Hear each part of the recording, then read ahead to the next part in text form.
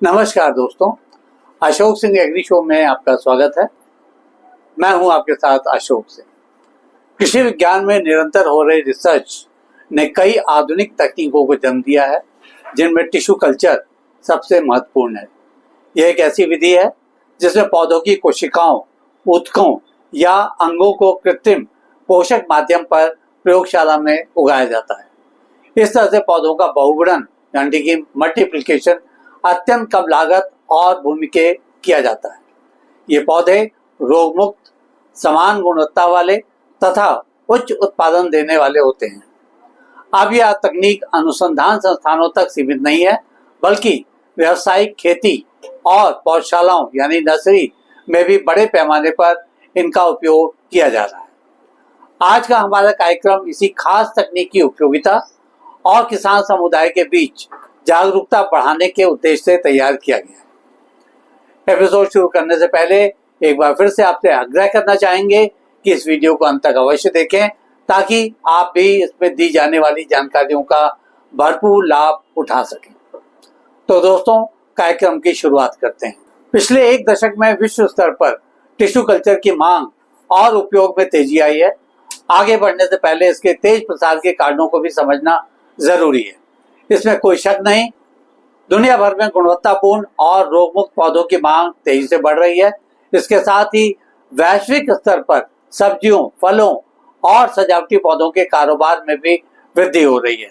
इतना ही नहीं, परंपरागत फसलों की तुलना में किसानों की आय बढ़ाने के लिए भी उन्नत किस्मों के पौधों की मांग जोर पकड़ रही है। इस वास्तविकता को भी इस क्रम में स्वीकारना पड़ेगा कि पारंपरिक बीज आधारित पौध उत्पादन की सीमाएं होती हैं, इसलिए भी उन्नत पौधों की मांग बढ़नी स्वाभाविक है। भारत में केले, आलू, गन्ना, ऑर्किड, स्ट्रॉबेरी, गुलाब, लिली, जिरबेरा और अन्य सजावटी पौधों के लिए टिश्यू कल्चर तकनीक का बड़े पैमाने पर उपयोग किया जा रहा है। यही नहीं, अन्य व्यावसायिक महत्व के पौधों की डिमांड भी तेजी से बढ़ रही है। कार्यक्रम आगे बढ़ाने से पहले टिश्यू कल्चर के लाभ पर भी नजर डाल लेते हैं। इस तकनीक की मदद से तैयार पौधे रोग मुक्त होते हैं। इन पौधों में वायरस, बैक्टीरिया या फफूंद जैसी बीमारियों का असर नहीं होता। सभी पौधे एक जैसे गुण वाले होते हैं, जिससे उत्पादन और गुणवत्ता में स्थिरता बनी रहती है। इस तकनीक से एक छोटे से ऊतक से कम समय में भी हजारों की संख्या में पौधे तैयार किए जा सकते हैं। इनकी उपलब्धता साल भर बनी रहती है। इस तरह से मौसम पर निर्भरता कम हो जाती है, क्योंकि नियंत्रित प्रयोगशाला वातावरण में पौधे कभी भी तैयार किए जा सकते हैं। इस प्रकार उच्च गुणवत्ता वाले और अंतर्राष्ट्रीय मानकों के अनुरूप पौधे तैयार होती हैं, जिनका एक्सपोर्ट भी किया जा सकता है।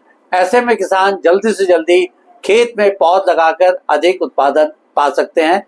इस सच्चाई से भी इनकार नहीं किया जा सकता है कि दुनिया भर में टिश्यू कल्चर का बाजार तेजी से बढ़ रहा है। अमेरिका, नीदरलैंड, जापान, चीन और इजराइल इस क्षेत्र में अग्रणी है। सजावटी पौधों और फूलों का निर्यात करने वाले देशों में टिश्यू कल्चर आधारित पौधों की भारी मांग है। एशिया और अफ्रीका में केले तथा गन्ने जैसी फसलों में टिश्यू कल्चर तकनीक से किसानों की उत्पादकता और आय में उल्लेखनीय बढ़ोतरी देखने को मिली है। टिश्यू कल्चर की फसल उत्पादन बढ़ाने में किस तरह से अहम भूमिका हो सकती है, इसे भी समझना जरूरी है। टिश्यू कल्चर का वैज्ञानिक आधार यह है कि पौधे की प्रत्येक कोशिका में पूरा पौध बनने की क्षमता होती है। इस सिद्धांत का उपयोग कर प्रयोगशाला में टिश्यू के माध्यम से पौधों को पोषक माध्यम यानी कि न्यूट्रिएंट मीडियम पर उगाया जाता है। केले की बात करें तो इसमें टिश्यू कल्चर पौध लगाने से उत्पादन लगभग 25 से 30% तक अधिक मिलता है। आलू की खेती में रोग मुक्त बीजकण यानी कि सीड ट्यूबर्स तैयार कर किसानों की आय को काफी बढ़ाया गया है। गन्ने की पैदावार में भी टिश्यू कल्चर पौध लगाने से 15 से 20% वृद्धि देखने को मिली है। टिश्यू कल्चर अब तो किसानों के लिए आय बढ़ाने का सुगम माध्यम बन चुके हैं। इस तकनीक से तैयार पौधों का सबसे बड़ा लाभ किसानों को मिलता है, क्योंकि अच्छी गुणवत्ता की पौध से बाजार में ऊंचा मूल्य मिलता है। रोग मुक्त पौध लगाने से फसल में नुकसान कम होता है, पौधे जल्दी तैयार हो जाती हैं, जिससे किसान साल भर में अधिक फसलें ले सकते हैं। यही नहीं, एक्सपोर्ट योग्य फसलों की खेती कर किसान विदेशी मुद्रा भी अर्जित कर सकते हैं। स्वरोजगार के लिए नर्सरी व्यवसाय शुरू करने वालों के लिए भी टिश्यू कल्चर की उपयोगिता कुछ कम नहीं है। टिश्यू कल्चर आधारित नर्सरी व्यवसाय आज करोड़ों रुपए का उद्योग बन चुका है। टिश्यू कल्चर तकनीक के लिए विशेष प्रशिक्षण की आवश्यकता होती है। किसान स्वयं इसे अपनाना चाहते हैं तो उन्हें इसके लिए प्रयोगशाला संचालन, पौधों की संवर्धन तकनीक, रोग प्रबंधन और मार्केटिंग की जानकारी होनी चाहिए। भारत में इस तरह की ट्रेनिंग के लिए भारतीय कृषि अनुसंधान परिषद यानी ICAR से संबद्ध विभिन्न संस्थानों से संपर्क किया जा सकता है। इसके अलावा national research centre on plant biotechnology नई दिल्ली, बायोटेक्नोलॉजी विभाग, विभिन्न कृषि विश्वविद्यालय भी ऐसे अल्पकालिक ट्रेनिंग प्रोग्राम आयोजित करते हैं। यही नहीं, निजी क्षेत्र की टिश्यू कल्चर कंपनियां जैसे रिलायंस लाइफ साइंसेज, गॉडरेज, एग्रोवेट आदि भी ऐसे ट्रेनिंग किसानों के लिए आयोजित करती रहती हैं। चलते चलते टिश्यू कल्चर की नवीनतम उपलब्धियों के बारे में भी जान लेते हैं। इस तकनीक से केले की उच्च गुणवत्ता वाली किस्में जैसे ग्रैंड 9 टिश्यू कल्चर से तैयार कर बड़े पैमाने पर आजकल लगाई जा रही हैं।